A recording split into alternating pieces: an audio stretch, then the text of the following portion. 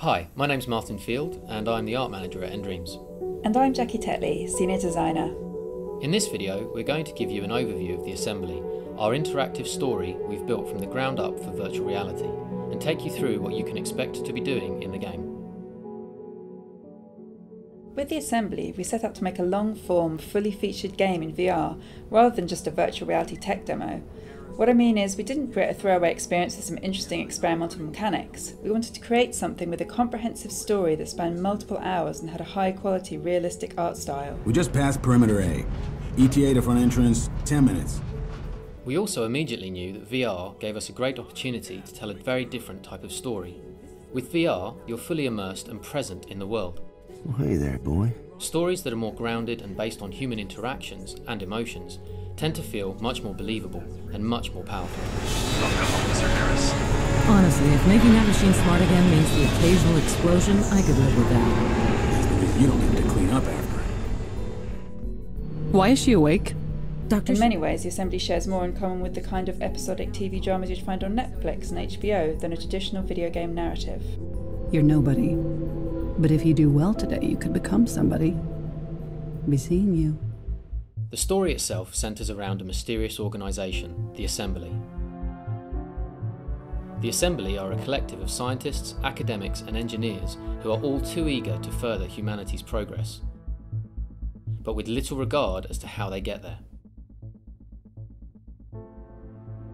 They're based in a bunker hidden deep below the desert somewhere in North America, which allows them to operate in total secrecy away from the prying eyes of government.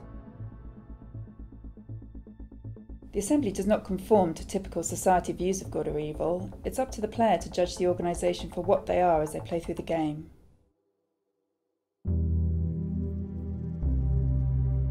You experience the game from the perspective of two separate characters, Shall we begin? Madeline Stone and Cal Pearson, and that allows you to see the multiple sides of the Assembly's organisation. The first character, Madeline, has only just encountered the assembly. She is an experienced, world-renowned neuroscientist who recently in her career made some difficult decisions which had devastating consequences. How do you plead? Guilty. As a result, she's been struck off as a doctor, putting an end to her life-saving research while also wrecking her personal life. Can't live like this anymore. Cal, our second character, is a veteran of the Assembly. All right, party time. Or not. Cal is a virologist, and being a member of the Assembly has allowed him to make incredible breakthroughs. However, recent failed experiments have put him in a difficult position within the organisation. That's not so bad. Another week, then it's mojitos on a beach. As the game starts, Madeline is inducted, I'm so sorry if my kidnapping has ruined your holiday plans. or to be more accurate, abducted, by the Assembly so they can assess her potential as a member. Cal, on the other hand, has uncovered a revelation which makes him question the organisation he works for and their relentless pursuit of progress. In the Assembly, you get to play as both Cal and Madeline, each in their own dedicated chapters. A chapter-based approach has been really useful, not just as a narrative tool, but also to allow flexibility when playing in VR. If you want to play for 20 minutes, or for a few hours, we give you that choice. Madeline's chapters are trial-based. The Assembly wants to test Madeline's abilities, and consequently the player's abilities, in order to see that she has what it takes to work in the organisation, from her grasp of logic to her moral outlook. Each challenge demonstrates one of the key things that working for the Assembly enables, whether that's saving lives or the creation of groundbreaking technologies. Cal's levels, on the other hand, are exploration-based and involves an element of subterfuge. He explores multiple sectors within the Assembly's underground facility, from labs and offices to aborted trials and residential areas.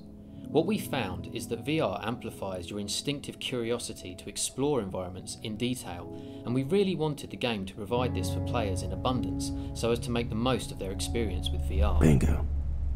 Now, what's so important you'd lock it in your desk? Examining the environment and the objects within them is key, along with some light puzzles layered within the storylines.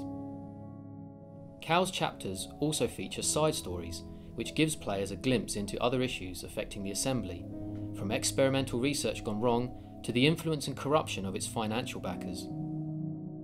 The different experiences also tie into the contrasting perspectives of the two main characters in the Assembly.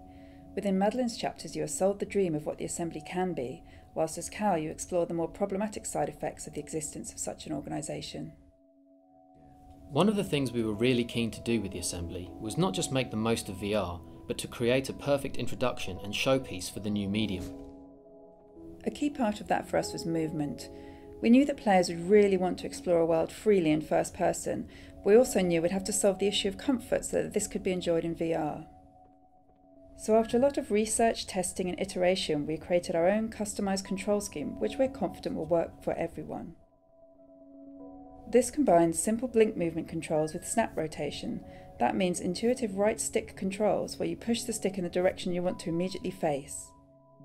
By minimising the need to use the gamepad to move or position your viewpoint in this way, we ensure the game is comfortable for all players without needing to limit you to a static point or by putting you in a cockpit.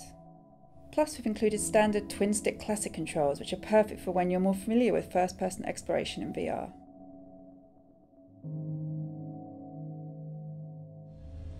One of the other things we know people are keen to do in VR is simply look around. Today's the day he locks his drawer? So we've gone the extra mile to ensure the game's world allows you to do this. Players can lean in and look through the contents of cupboards and drawers, or even read individual post-it notes up close. Also, key objects of interest, whether an essential item or a document hinting at the Assembly's activities, can be picked up and examined in detail. Additionally, we have designed the game's chapters to heighten things that work really well in VR. From heights and scale to darkness and particle effects, things you took for granted when playing video games on a flat-screen TV become instantly noticeable and much more powerful and convincing when viewed inside a VR headset. The fate of the Assembly and its members is ultimately determined in one of several surprising conclusions. These endings are hugely influenced by the decisions and actions you'll have made over the course of the game. Unlike many games within the genre, which rely on branching conversation trees to determine the outcome of a story, we've approached this important aspect differently. The choices presented to you are a result of your actions rather than words, while much of the outcomes are weighted on several key things you do rather than multiple small continuous choices. We're not trying to tell you whether the Assembly is good or bad. After all, scientific progress is rarely as simple as that. Many of the choices presented to you will allow you to pass judgment on this intellectually gifted but morally ambiguous organisation and its members and reflect your personal interpretation of its actions. Thank you for listening. We hope you enjoyed our overview of the Assembly.